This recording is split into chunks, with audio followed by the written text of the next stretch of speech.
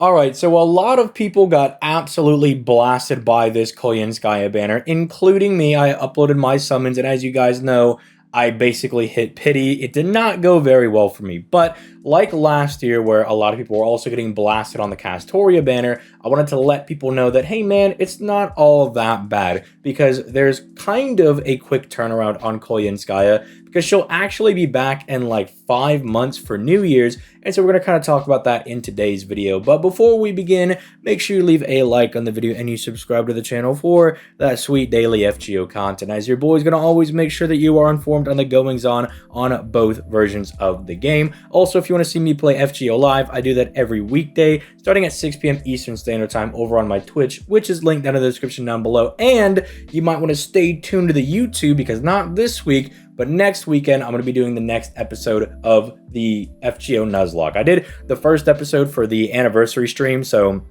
if you weren't there for that, we didn't have any deaths. We're all good. We're all chilling, but you know, we kind of did it before the stream, and that's over on the Twitch side of things. But we'll start it properly and uploading all the VODs and everything starting next weekend. So make sure you stay tuned for that, because the first episode was very, very fun, and I'm really looking forward to seeing how far I can get. But anyway, back to talking about Koyanskaya. Now, I know a lot of people, because her banner is still out, are kind of just giving up and they're moving on. They're like, let me just go after Oberon. You should be trying to hit this banner until she leaves. Like, you do still want to try to get Koyanskaya, because she is very central to Buster farming. It's not really like all the other stuff that she does over here. It's the fact that she gives you the 50% and she gives you the skill cooldown reduction by 2. That makes her really crazy. This is like the whole crux of how Buster farming works, but it's just that all of her other things are also really cracked on top of that. I mean, the fact that she also gives you the card buff, but this in particular is also super killer for certain servants. Like, I'm using Morgan as my Buster farmer, and she really needs those damage mods to actually do some good damage. Keep in mind, mine is grailed to level 100. She's NP4. I've pretty much got her done on the 2k foe thing. I think I'm missing like 1 apiece. She's pretty stacked, pretty decked out, but if she is not getting those damage mods,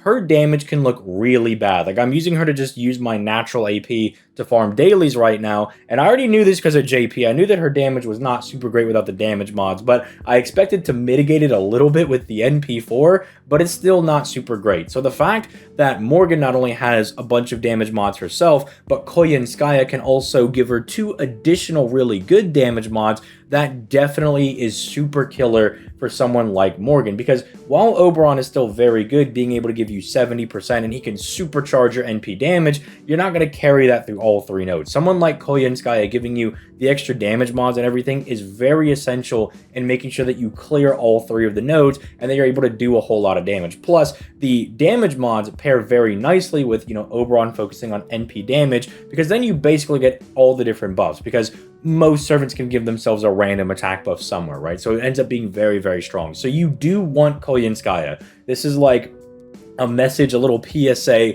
to tell people that you do not want to skip out on this servant. You do want to try to secure her as much as you possibly can. Like, she is very, very central and very, very important when it comes to Buster farming. Yes, Oberon is a bit more rare. He doesn't come back for, like, say, a year and a half. But I would make the argument that when Oberon comes out is kind of when we start to get the 90++ nodes. So even though it's going to be a little bit annoying that you're going to have to farm a couple of events starting about around Summer 7, I believe, is when we started getting 90++ nodes, you're going to have to do those kind of without Oberon. You'll still be fine, because you'll come back in that December and you're not going to be missing out on too much. In fact, some of those nodes you could even get done, but you really want to have Koyanskaya, because otherwise you're going to kind of struggle to do Buster farming as a whole. In fact, you might not even be doing Buster farming. You might just be doing, you know, better year 1 farming, where you just give yourselves a lot of different batteries, right? So you really do want to pursue this unit. She is definitely worth going for. She is very killer. She makes your box a lot better.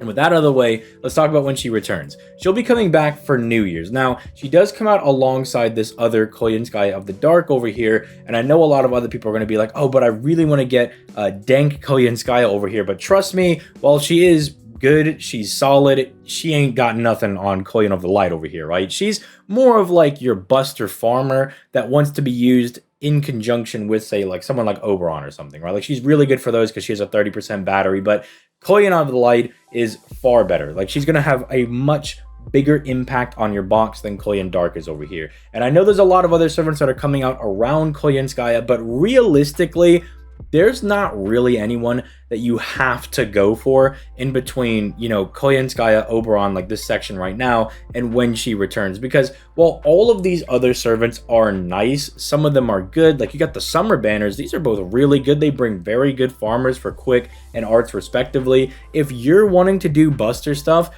you can just save for Koyanskaya. You can take the next 5 months and just stash all of your Saint Courts away, not summon on really anything, and you'll be fine. Because, yeah, sure, there's banners like Jacques over here with Zenobia, but they'll come back and they're not as needed as some of these other servants, right? Himiko is very nice, but you don't need Himiko, right? You kind of get the gist that I'm saying. Like, these are nice servants. Izumo's very good. When she comes around, you best believe I'm going to be running defense for them, because I don't think people actually acknowledge how good she actually is, but you still don't have to summon for her. You can just wait it out. The only other like really crazy servant that's coming out is Scotty comes back around, but would you rather do buster farming or quick farming? I'm sorry, I love my quick units. I love doing quick setups as much as everybody else, but they're not even remotely close. Like they both allow you to do some looping, but Scotty, bro, she thinks she's part of the team, right? She ain't up there with the arts abilities that Castoria gives and the buster abilities that Koyanskaya give. Now, when Ruler Scotty comes out, then things become a little bit more even, but still, buster farming is a better bang for your buck. If you have to go for 2 limited servants, it's a bit better than going for, say, like Scotty and Ruler Scotty, because the end result is that you can do like Gafugel's amount of damage, right? Like you could just crush everybody that's going to come into your path. And then Castoria, well, she might not be able to do the same level of damage as Oberon. You could still clear 90+ nodes without him. I've been having some success on JP doing that, so it's definitely possible. And you only need the 1 limited servant, right? You don't need 2 different supports. Well, technically you might need like a really good looper or something, but you get what I'm saying, right? Even though the the Scotty is going to be coming back over here, and she is really good, I'm probably going to summon for her myself. You should still save up for Koyanskaya over here, because she's just nuts. And while Melusine over here is still a very, very good looping servant, I mean, she's, I think, one of the few buster servants that, like, on launch for, say, Koyanskaya and Oberon system, I think she's one of the few that is compatible with Black Grail, and that is dummy nutty insane with Oberon. That is ridiculously crazy, because Oberon's 3rd skill actually does interact with Black Grail, right? It does increase the NP damage you do get from Black Grail, and that's nuts. That's ridiculous, because Black Grail already gives you like 60 to 80%. So like the fact that this dude is raising that up to like even higher levels as he raises the effectiveness of NP, like different buffs, right, that your servants get by 100%, is nuts. But even then, I'm gonna tell you, look, Melusine will come back around as well. The like really important servant to get is Koyanskaya of the Light. Now, I can't stop you if there's like waifu servants you want to go for, or maybe you're like, nope, I'm skipping out on Koyanskaya. She's already bullied me enough. I'm just gonna go for Oberon because you like him more because of the story for Lost Boat 6. I can't stop you from doing that.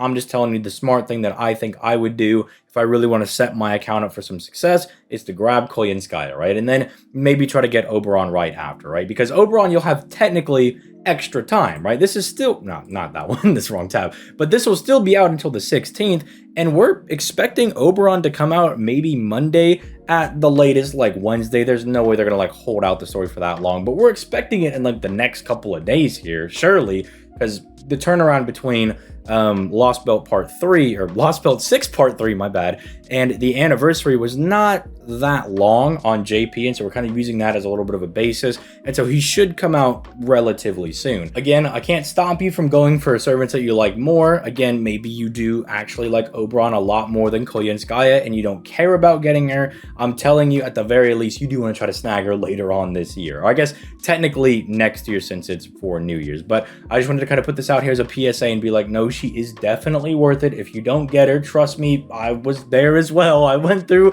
a lot of pain and suffering to get this unit, but she is very good. And if you want to use your buster servants to their full effect and you want to be able to use them at full power, you do want to make sure that you snag Koyanskaya. But let me know your thoughts in the comments down below. And, you know, if you do manage to pull Koyanskaya using this video as a catalyst, then thumbs up. I'm glad you were able to do it. But with all that being said, I'm going to go ahead and get out of here. You guys have yourselves a nice day. Peace. Late, guys.